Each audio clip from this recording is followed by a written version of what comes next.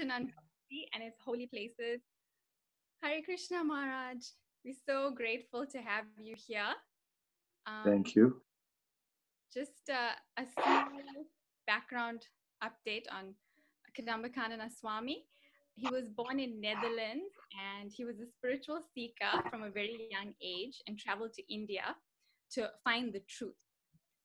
He spent many years in Vrindavan and he's been practicing Bhakti Yoga for Kanana. Sure. Can we ask that? Yeah.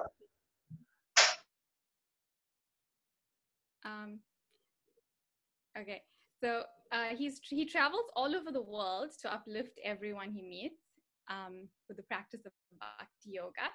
And he's the author of several books, which I have here. The Prayer for Deep Absorption. There's Under the Desire Trees.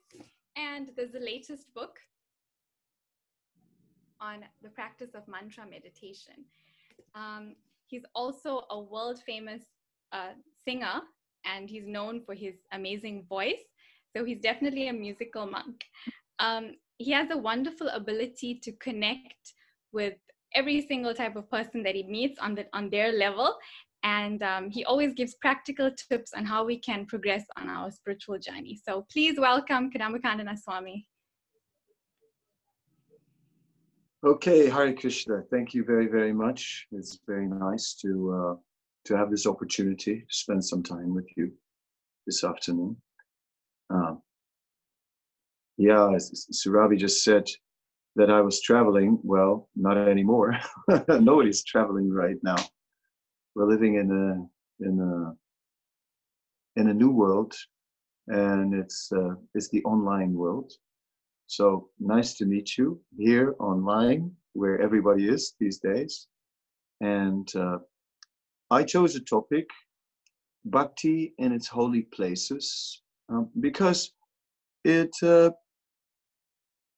it provides something about the history. It is the story of Bhakti. We can speak about Bhakti as a process, but I thought, let me begin with the story of Bhakti. And obviously, Krishna is the object of Bhakti. Bhakti means devotion. So Krishna is everyone looks at Krishna, and everyone is dedicating their life to Krishna and exploring the amazing qualities of his personality.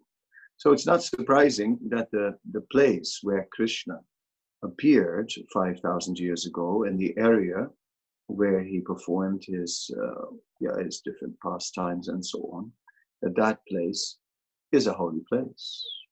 And that holy place is Vrindavan. Vrindavan. Vrindavan is quite an amazing place. At first sight, when we go there, well, it's a bit of a drive, lots of traffic, and we are coming in from Delhi. It is not far from Delhi. It is about 120 kilometers from Delhi. But still, it takes some time to get there because India has a lot of congestion and so on. Then, as we're driving towards Vrindavan, the place of Krishna, at the turnoff of the main highway, there is a gate. There's a gate. We are now entering into the spiritual domain. We're now entering into a place which is not of this world. Well, we are not immediately buying into all of that. But anyway, let's see what it is. We're driving down the road and there's lots of people, temples and places, and but some forest also. We see some trees and this and that, and cows, yes. And we're driving further, and there, and we come through an area with some fields and open areas, but different temples and ashrams are there. And then later, after 5 kilometers, we come to the town. And the town is just a little different than any other town, in the sense that it's a temple town. It is a town made of temples. There are 5,000 temples. 5,000 temples, and all dedicated to Krishna in different ways. And there are there are so many residents living in that town. And there are many visitors also. Many visitors coming. So, there may be a population of like some 600,000, 700,000, but then visitors could go up to another 600,000-700,000, which they can accommodate. It is a place where people visit from all over the world. The interesting thing about Vrindavan is that in Vrindavan, the places where Krishna performed his miracles, his transcendental activities 500 years ago, 5,000 years ago, that these places are preserved, that many of the places are known. And so when we are there, then this is a place where once Krishna swallowed an entire forest fire. This is the place where Krishna lifted a hill on the little finger of his left hand, and many activities of Krishna are commemorated. It is interesting because the local people, they are really, they're totally absorbed in it. They are just quite amazing, because for them, Krishna is what life is about. They talk about him, they remember him. It's like the happening thing. We have just arrived. It was a long drive, a bit hot also, and we are just getting out of the car and looking at it all and thinking, where are we? A big bull is walking in the street, and we're looking like, is that okay? I mean, horns are not far from us. Monkeys are sitting in the trees, and traffic seems to be even more dangerous than the bull. Any vehicle can come from any direction and almost knock us over. So we are in this way. We're in an unusual world. We're just looking at some orientation is needed. We feel disoriented and think, what do we do now? Looking at something familiar, where to go? And well, maybe a hotel. Okay, you go in a hotel, you have some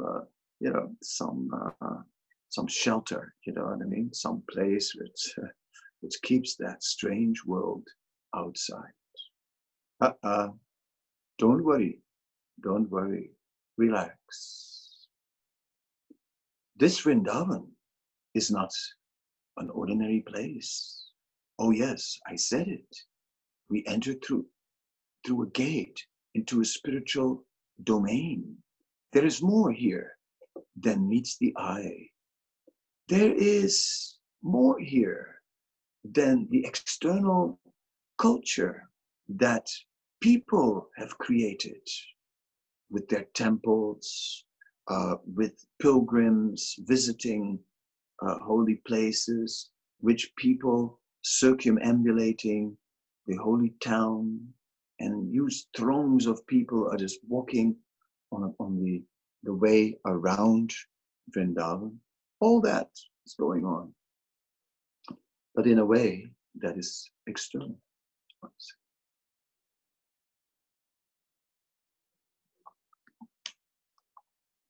If you're in a place and you want to understand the place a little better,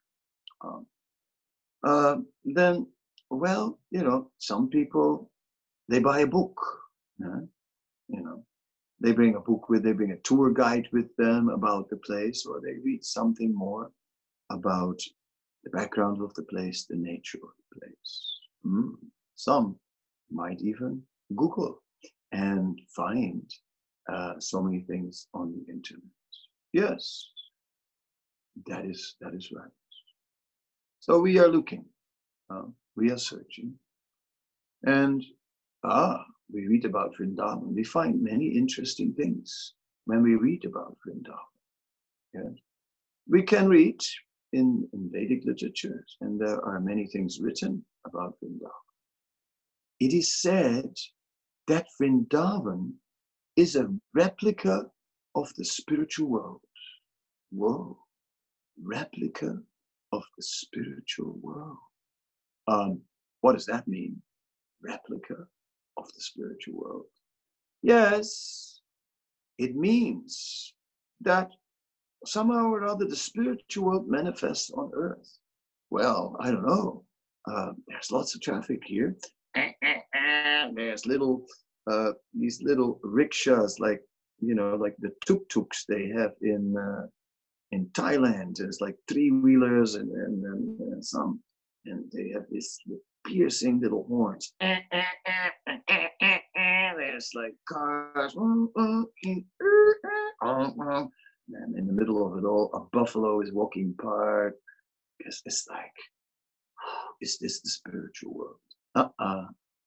Then we read Vrindavan is a replica of the spiritual world, but it is covered with a layer of illusory energy,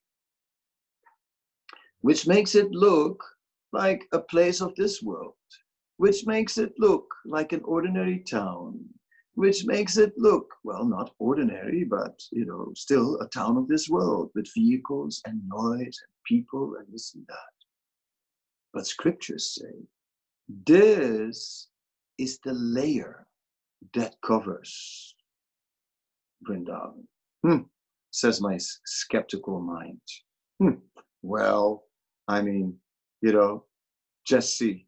Here we had a description. This place is the spiritual world, a replica of the spiritual, but it's covered with a layer of material energy, so you can't see it. Well, I could say that about any place, isn't it? I mean, I could say that about Johannesburg as well. Okay? It's just a spiritual place, but it's covered by a layer of material energy, which makes it look like an ordinary town. I could say that. Yes, I could say so many things, but still, let's read a little more. The books are interesting. So the books describe there is this spiritual dimension to Vrindavan. It is actually a spiritual place, a spiritual world, covered by a layer of the illusory energy. And then it says that if you want to go beyond this illusory energy, excuse me, you're not supposed to touch your face, and now my face has never itched as much as it did since I'm not supposed to touch it. Anyway, I used a clean tissue. So here's back to Vrindavan. A replica of the spiritual world covered by the layer of the illusory energy, which makes it look like an ordinary town. And then it says, but Bhakti is the means by which we can pierce that illusory layer. Now that is interesting. So Bhakti is then what will bring us to the point where we can actually perceive and experience that spiritual dimension of Vrindavan. Intriguing place. So, and Vrindavan then is filled with devotees. It is the home of devotees who are all practicing the process of bhakti. And bhakti, right, is both a process, and bhakti is also the state, the result of the process, where, you know, part of bhakti is you're trying through a process to elevate your consciousness. And then when you have elevated your consciousness, then you come to a state of realization of bhakti. Okay. So bhakti includes the chanting of mantras, especially the Maha Mantra, the Hare Krishna Maha Mantra. So Vrindavan is filled with the sound of the mantra. Anywhere, wherever you go, you can hear people chanting. You hear, sometimes over big loudspeakers blasting, and sometimes quietly from someone's home. But everywhere, we hear this chanting of the mantra. Because the chanting of the Hare Krishna mantra, the chanting of the name of Krishna, is central to bhakti. How did it all begin? Well, bhakti is as old as the universe, and even older than that. Even at the beginning of the universe, bhakti came into the universe, and bhakti was there. And so bhakti is found within the ancient Vedas, the classical times going back thousands of years. And bhakti is also found in more recent times. 5,000 years ago, Krishna was in Vrindavan. And 5,000 years ago, Krishna's devotees were with him in Vrindavan. And they were all relishing the pastimes of Krishna. 5,000 years ago, even the trees were devotees. And the trees would offer their fruits to Krishna, and their flowers and their scent. And even the breeze was serving Krishna. And the breeze was carrying the aroma of those trees. And in this way, Vrindavan was a place completely dedicated to the pleasure of Krishna. That is the spiritual reality. That is the domain of the spiritual reality. Bhakti awakens all of this. So, the residents of Vrindavan are all devotees. As we've just arrived and just drove into town, and we just reached our hotel, and in the room, we're just reading a little bit about what Vrindavan is actually about, and we're just sort of reading something, and we just sort of kind of registered it. It's supposed to be the replica of the spiritual world, but it's covered at the same time by a little layer of illusory energy so that it looks like a village, an ordinary Indian village. But then there is bhakti, by which the spiritual nature of Vrindavan becomes revealed. And now all the residents here, the locals, and many of the pilgrims, they are all bhaktas, all people who are practicing the process of bhakti. And the town is bustling, and it is very, what shall I say, it is dynamic. Oh, there comes a whole village. My God. I mean, it's a big village too. And the whole village comes around the corner. They're all walking. Yes, they're walking around. They're carrying sticks of sugarcane. Okay. And okay, some are even munching on them. All right. Well, that's maybe a good idea.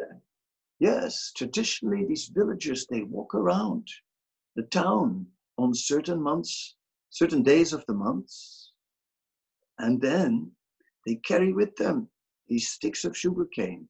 Well, and when you run low on energy, well, a little bit of sucking on a sugarcane stick keeps you going. So it's supposed to be auspicious, the sugarcane.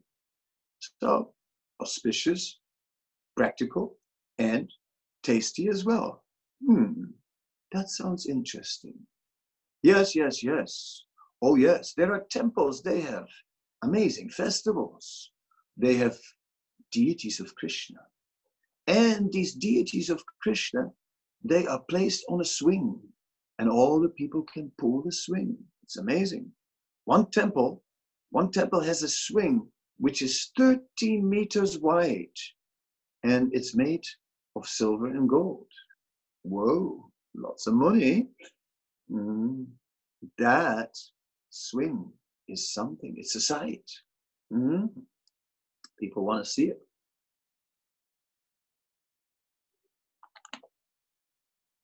One day a year. Only one day a year. One day a year.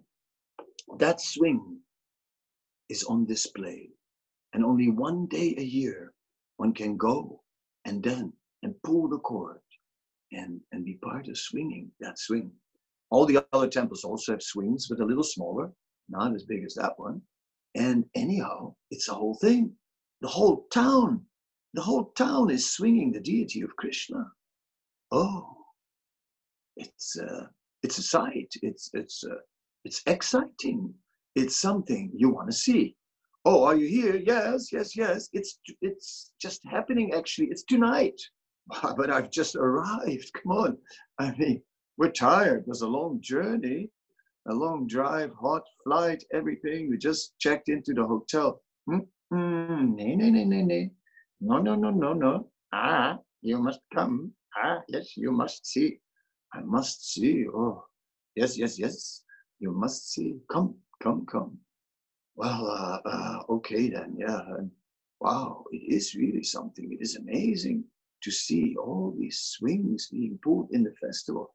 Yes, and all this will be going on for a week. Oh, and this is only one festival. Oh, well, it's very nice. Yes, it's part of an ancient tradition because Krishna, 5,000 years ago, would also perform the swing pastimes here in Vrindavan, along with the residents of Vrindavan. Oh, really? Yeah. So in this way, we're remembering what Krishna did here 5,000 years ago. Wow. And the whole town is remembering. Yeah, it's something like Heritage Day. I mean, in Heritage Day, we're all remembering our roots. We're all just, Africa and all that. And now it is like we are here. And it's like Heritage Day. And this is their heritage, the swing pastimes of Krishna. And it's amazing. The whole town is getting into it. Wow. Well, this was something. Oh, I'm glad I came to this place. I almost missed out, but it just came on the brink. It was exhausting, but it was worth it. You're laughing, but I'm telling you, it was a sight. It was a sight. Anyway, I'm glad I'm back in my hotel room. I'm going to crash. Next morning, slowly re-emerging. What else is there to see? Vrindavan. God, it's amazing. These people are really devoted. These people, they just, even in the night, I mean, in the night, there were people that walking around chanting. I mean, I woke up many times. They were just chanting the whole night. And then at 3 a.m., it started with the peacocks. Not one, not two, thousands of them. I don't know how many of them. They were everywhere. It's just like, it was a night and a half, but I must say, very exotic, absolutely. I mean, where I'm from, you don't have anything like that. You hear some sirens usually in the middle of the night, or or these little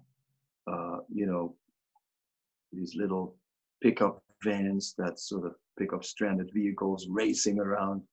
But no peacocks. Yeah, Vrindavan. It's quite an atmosphere, I must say. Oh, there are more festivals. Yes. There are more festivals. Actually, every day is a festival. Really? Yes. Just now, let us sit down and join a kirtan. Oh yes, let's have a kirtan. That's a good idea. Oh, yes, in Vrindavan, there's always kirtan everywhere. Ah, yes. Kirtan has to be there. Ah.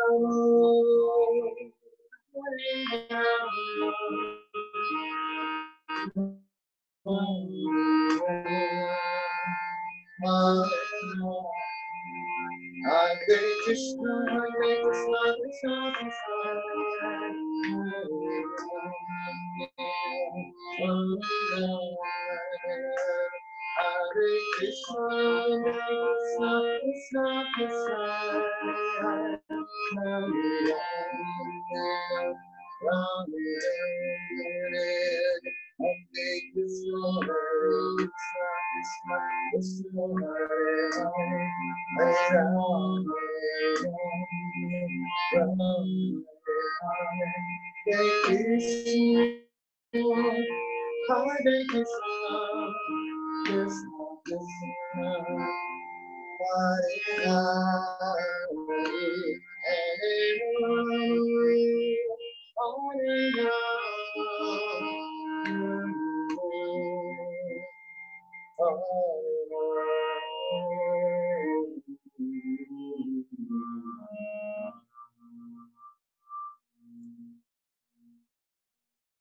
Oh, and so many people are chanting. And yes, there's hundreds of people here together, chanting now in kirtan. Drums are also playing.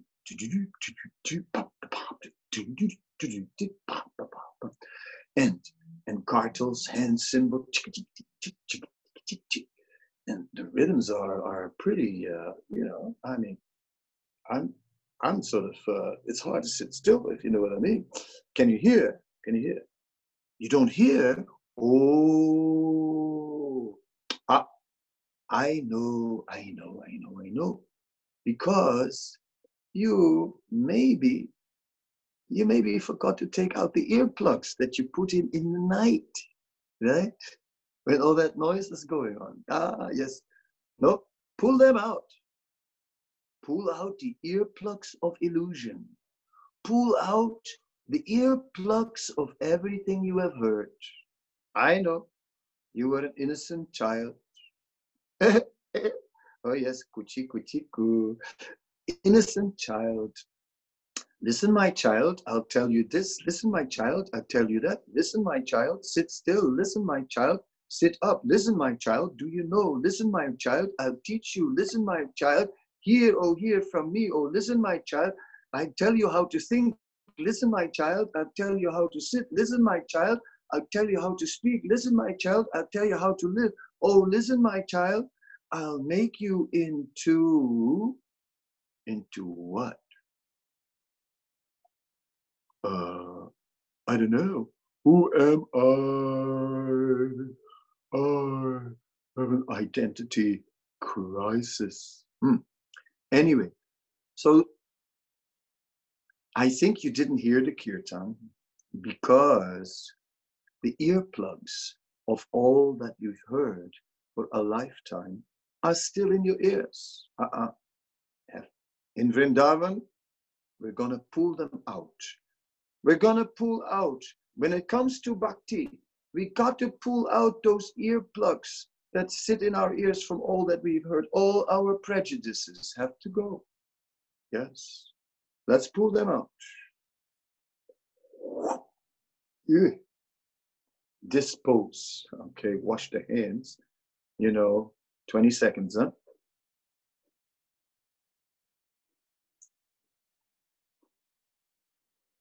Yes. Oh, clean. Sanitized. Yes. Cut. So, in this way, yes, when we've given up all our preconceived ideas, maybe then we can hear the kirtan and actually listen to it. Of course, all right, it goes on for a long time. The mantra is being repeated. One person sings in a melody and others respond singing the same melody. Good rhythms.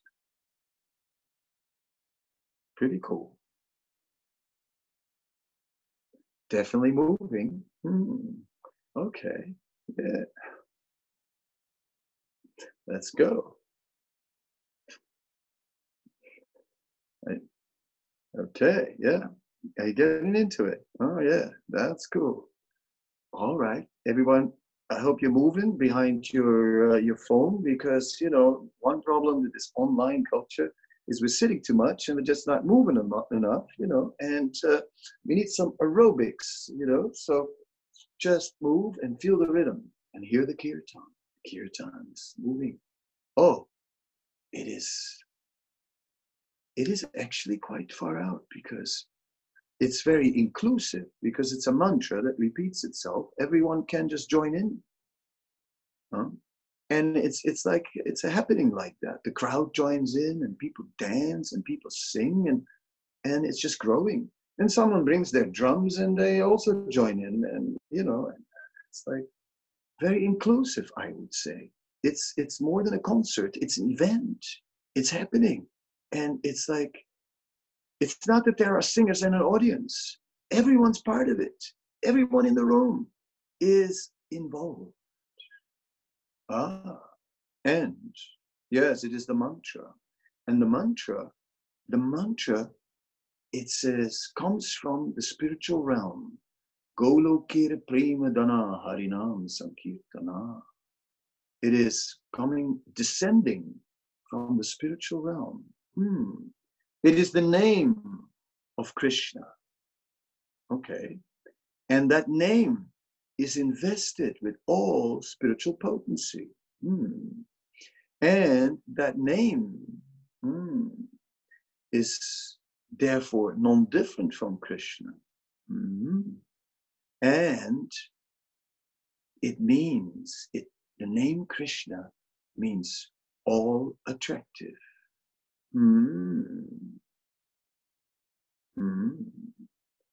Oh, gosh. These earplugs went deeper than I thought. I pulled them out, but God, there's still some left. Jeez, they went really deep. I mean, it looks like they went into my head.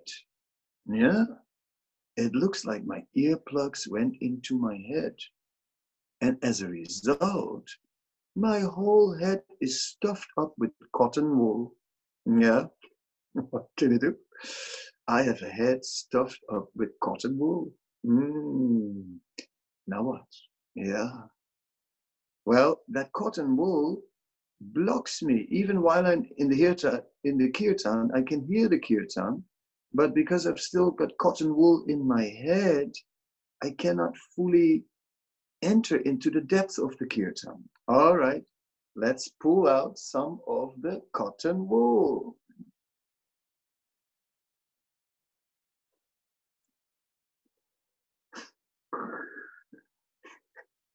Gosh, I never knew there was so much in there. Don't worry, there's still more to come. It's going to take a while before we get all that cotton wool out of your head. All right, so the kirtan then a spiritual sound, but because of all the cotton wool, all the preconceived ideas, the preconceived experience that determine the way we see things, therefore, we cannot see the mantra for what it is. And we cannot see that the mantra is Krishna. But meanwhile, it sounds good. It sounds good. It sounds nice. Yeah. Can you hear? Yeah. I'm hearing. Yes. So by hearing, we begin our bhakti. Yes. Our bhakti begins by hearing and chanting. All right.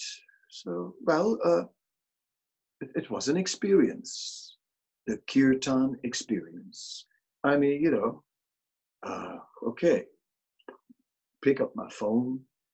It's been a long time without my phone, you know. Oh, phone, how I love your phone. Quickly, okay, WhatsApp. I had a kirtan experience. I'm in Vrindavan. I don't know how you spell it, but it's sort of, anyway, oops, push the wrong button. Sorry about that. Oh God, storage users. I need more storage users. Anyway, we'll deal with that later. That's what phones are. Anyway, sending it all home. Yes, share the news. I had a kirtan experience. All right. Welcome. You just put your toe in the ocean of bhakti. Ooh, I put my toe in the ocean of bhakti. Oh, yes. And while we are at it, let us look at the toes, at the toenails of the devotees. Right? Wow. Look at toenails of devotees. Yes. Because it is by approaching the devotees with humility that we can enter deeper into the ocean of bhakti. Well, I must say, these people here in Vrindavan, they're really something. They're so spiritual, quite amazing. They're very dedicated and really, I mean, full of energy, very energetic people and quite far up. And then you go to the villages and they just, and sometimes they just invite you in their house and they feed you. And it's just, you know, it's part of their culture to invite guests and to really look after them. It's quite amazing. Quite amazing. I really appreciate it. So here in this Vrindavan, in this place of festivals, in this place of temples, in this place with many beautiful deities of Krishna, in this place filled with stories about Krishna and where these stories are brought to life by the devotion of the people that are remembering them and that are worshipping places where it all took place, this Vrindavan. This is where we go to actually understand what bhakti is meant to be. Bhakti is yoga. Okay, yoga. Well, yes, I know some yoga. No, I do. I actually know some yoga. I could stand on my head for you, right? And then if I would, you know, then you would not see my head any longer on the screen, but my feet would come on the screen, right? Yes, 1 minute. Oh, I'm getting in position. Yes. All right. So I know some yoga. You also. Okay. Well, that was my yoga for today, you know. How much yoga can you do in one day? So, yes, I know some yoga. Bhakti yoga, yeah. Okay, that's the kind of yoga, yeah. I personally prefer yogurt to yoga, you know, with muesli, actually, that's my favorite, yes. You know, or frozen yogurt also. You like frozen yogurt? I do. Good stuff. Yoga, yeah, yoga. Well, yeah, yoga. That's a good thing. It's a good thing. Bhakti yoga must also be a good thing. Then I think it's a good thing. So it's about bending and stretching and so on. Not so much. It's about bending and stretching the heart. Bending and stretching the heart. Okay. Yes. It is about increasing the power of the heart. Okay, I know pranayama is good for the lungs and bhakti yoga is good for the heart. Well, that's good. Lots of people die from heart infarcts and all these things. No, not in that way. We're speaking about the heart, feeling. Oh, how dull we have become. With all that cotton wool in the head. How dull have we become? Oh, yes. Just consumers, kids grown up with cartoons, kids grown up with a tablet, kids and playing with the tablet, popping some tablets. Oh, how dull have we become. This Vrindavan, it is magic. It really wakes up something in you. It really wakes up some desires. It wakes up spiritual desires. And Krishna seems to be interesting. We went on a walk and we went to Gobi Dunhill. That's supposed to be the hill that Krishna lifted. Well, it's quite a hill actually. I mean, it's 23 kilometers to walk around it. So I mean, it's a sizable hill. It's a good walk, you know. Some do it in 3.5 hours. I myself, I take about 5. You know, I mean, like, and yeah, and the local people do it bare feet, no shoes. That's a little more difficult, but I'm doing it that way because to really enter into the mood of the place, we also, to taste it, we have to enter into the mood of the residents. Yes. So we're at Gobi Dunhill. Oh, we stop for a moment, drink some water, sit down. 23 k's walk is serious walk. Let's take a little break. Oh, here is some ashram. Someone is just telling a story and saying that once upon a time, Krishna was also here, just near Govardhan. Oh, and yes, because Krishna used to come here along with his cowherd boy friends, because Krishna, he lived in the village of Vrindavan, and they used to send the boys in the morning into the forest with calves and cows, and they used to look after the calves and cows. Well, you know, I mean, their parents, they were apparently not poor. Oh, no, they were not. I mean, you could see it by the clothes of the people, you know, expensive clothes. I mean, you mean designer clothes, you know, like brand names and all that? No. Because, you know, they didn't have factories in those days like we have now. Now you have some brand name from the factory, no? But they had good quality cloth. And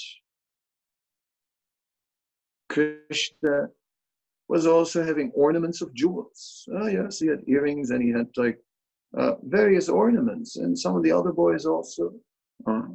So in this way, one speaker was in some ashram, some temple, giving a lecture and describing Krishna. And he said that Krishna was there near Govardhan, and along with his cowherd boys, and Krishna Krishna, he looked very opulent. He had a peacock feather in his hair. He had jeweled earrings and other jewel decoration on his chest. He has this big jewel. God, the thing itself is worth a fortune. I mean, if you describe that jewel that was on his chest, sounds like millions to me. There was a thief in the audience. And you know how it is with thieves. Huh? I mean, when you're a thief, you're kind of always looking at an opportunity. And not just at an opportunity, but then more than just any opportunity, there is the ultimate dream of a thief. And that is to have a big catch, to in one go steal enough to have it made for life. That's the dream.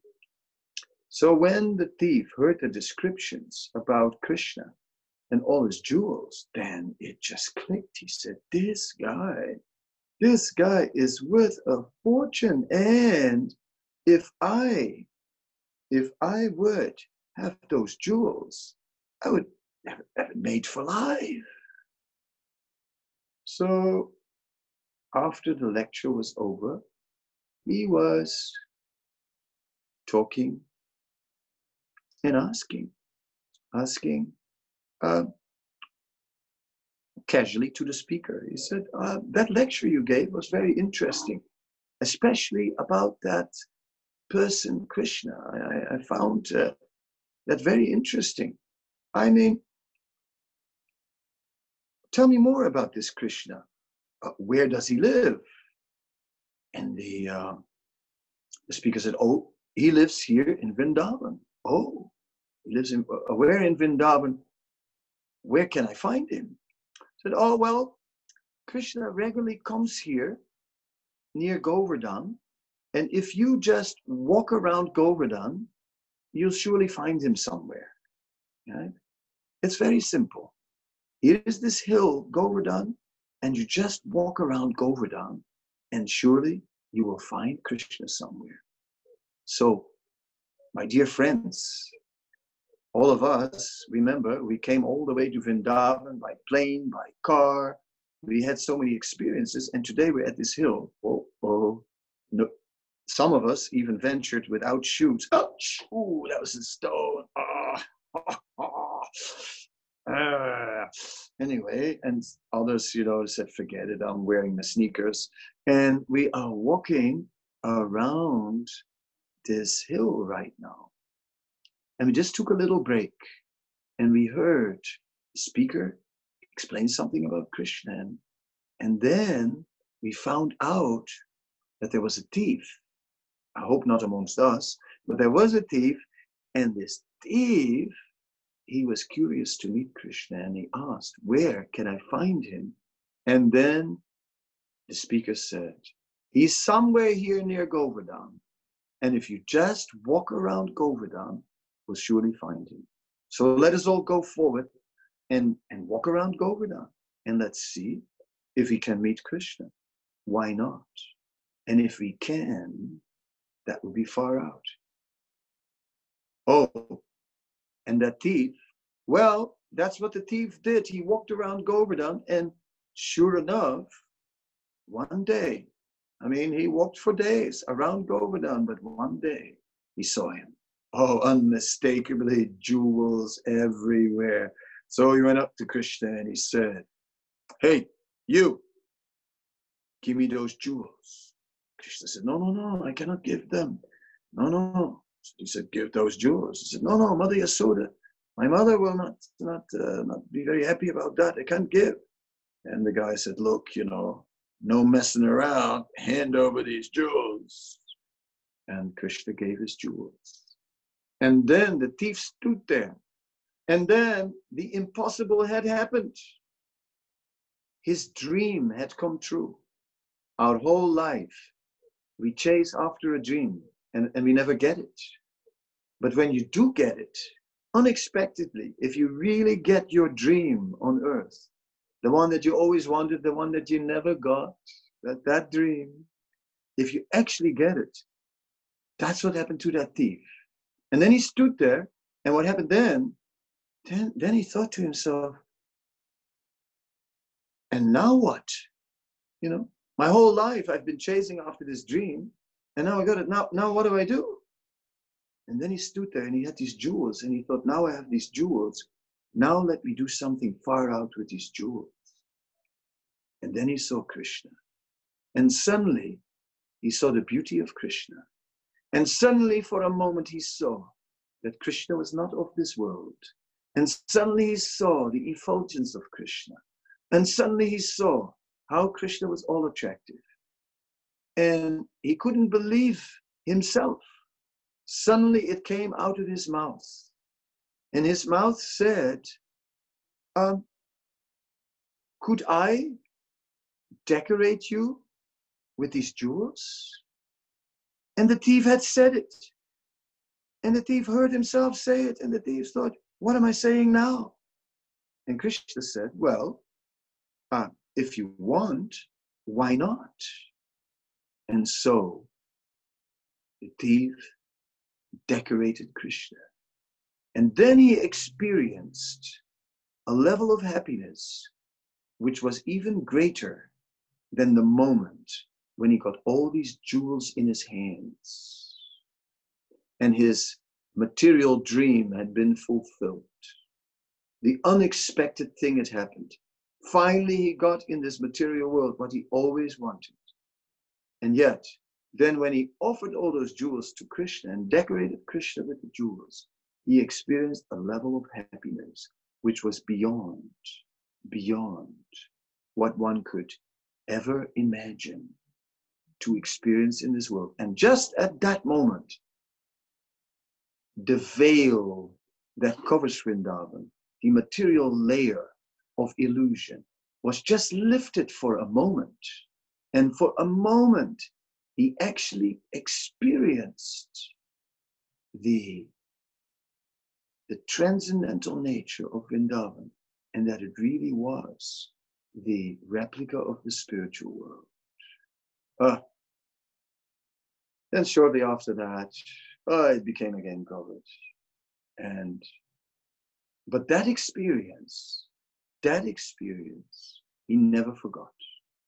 That experience remained with our thief.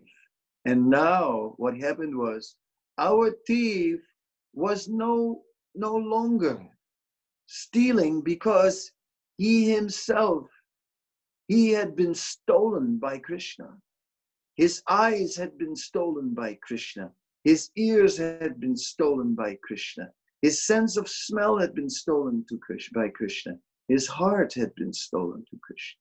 And from that day on, that thief was transformed into a devotee. And as far as I heard, he's still walking around Govardhan, still looking to find Krishna somewhere, knowing that Krishna is there and can be found near Govardhan. That thief is still walking, looking for Krishna. And he still, every day, walks around Govardhan. How are you doing? I know, we've done only 17 kilometers. Phew, 6 more to go. Anyway, getting close. Uh-oh, the time has flown past. I'm supposed to stop at 4, I think. So your questions quickly before the curtain drops. Hare Krishna. Thank you so much. That was really, really amazing. I feel like I was there. While we're all in lockdown, we got to go to Vrindavan. There's a few questions in the chat box, but a lot of them are pretty much about the same thing, about how these holy places are so sacred. So we obviously don't want to commit offenses there. So how do we know when we're ready to go, or that? Yeah, there's a few questions like that.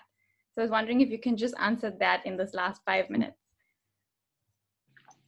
I can do that in 1 minute and take another question as well. It's very simple. when we go there, we always go with a devotee, with the devotees. And the devotees will protect us from treating that holy place in an improper way. And in that way, committing what you would call a big word, an offense. In that way, acting in a way that is not appropriate and that will not help us. Offense, the word aparat, radha, actually means love. The word radha means love, priti. Radha means priti, love. And aparat means that which drives love away. So this aparat, that which drives love away, is translated in English with offense, which is a poor translation. Right? So it says, in Vrindavan, one can make aparat. One can act in a non-devotional way towards Krishna, towards his devotees, or to Vrindavan. And then one drives love away as a result. And then we are there and wondering, well, what am I doing in this place? So we with devotees and thinking, well, I don't know, what are we doing with these people? And we're looking at Krishna and saying, well, I don't know, who's this Krishna? Right? That's because when we are not respectful to devotees, to the holy Dham, or to Krishna, then we drive love away. But when we go together with the devotees, then we don't. Then that love will grow in the association of the devotees, because the devotees, they are filled with love for Krishna, and that love is bubbling over from their mouth, and it is just beaming, and it is just around them, and it's infectious, and it is something, you also feel like, let's do it. And when everyone is like dancing, you feel like, hey, I can do a few moves, and before you know it, it's just like it sweeps you up, and it's fun, and it's like, let's do it together. Therefore, when we go to Vrindavan, we go with devotees. Then there will be no aparat. Then we will not drive love away. Other question. 2 minutes ahead. Okay. So there's another question asking, what would be the most auspicious place in Vrindavan? From Pranav Matabadal. Well, the most auspicious place in Vrindavan is the place where you get the most mercy. Right? Different places are invested with different levels of mercy. And the place where there is the most mercy, that would be the most auspicious place. So where can we get the most mercy? The most mercy that we are getting is undoubtedly from Srila Prabhupada. Because Srila Prabhupada, he brought this pure devotional service that exists in the pure Vrindavan, in the spiritual world. He brought the pure bhakti from the spiritual world to all of us in the world. He came to South Africa, he came to my town, Amsterdam. And in Amsterdam, on the central square, which is called Dam Square, there's a hotel. It's a Polish hotel, and the name is Krasnopolski. When Prabhupada saw that name, he called it Krishnapolski. And now, ever since then, whenever I walk over that square, I can never see Krasnopolski again. Although I always see Krishnapolski. And in this way, Prabhupada changed my eyes. And now he makes me see Krishnapolski. Now he makes me see Krishna everywhere.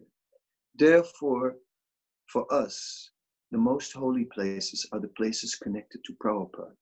We go to Prabhupada's room in his house. We go to the Krishna Balaram Mandir. We go to Prabhupada's Samadhi. We go to Prabhupada's quarters in the Radha Damodar temple. These are the holiest places for all of us, because that is where we are getting the most mercy.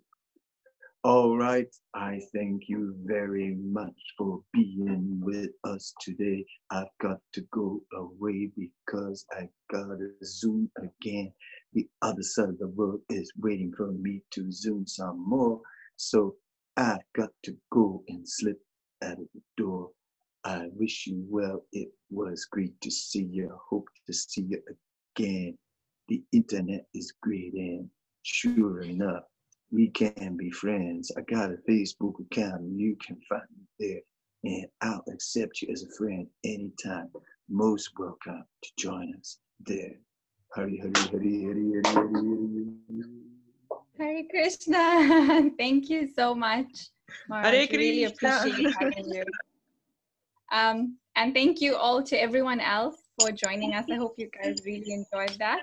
We will share Kadamba Kanana Swami's Facebook link in the WhatsApp group. Thank you. Okay. Hare Thank Krishna. you. Thank you.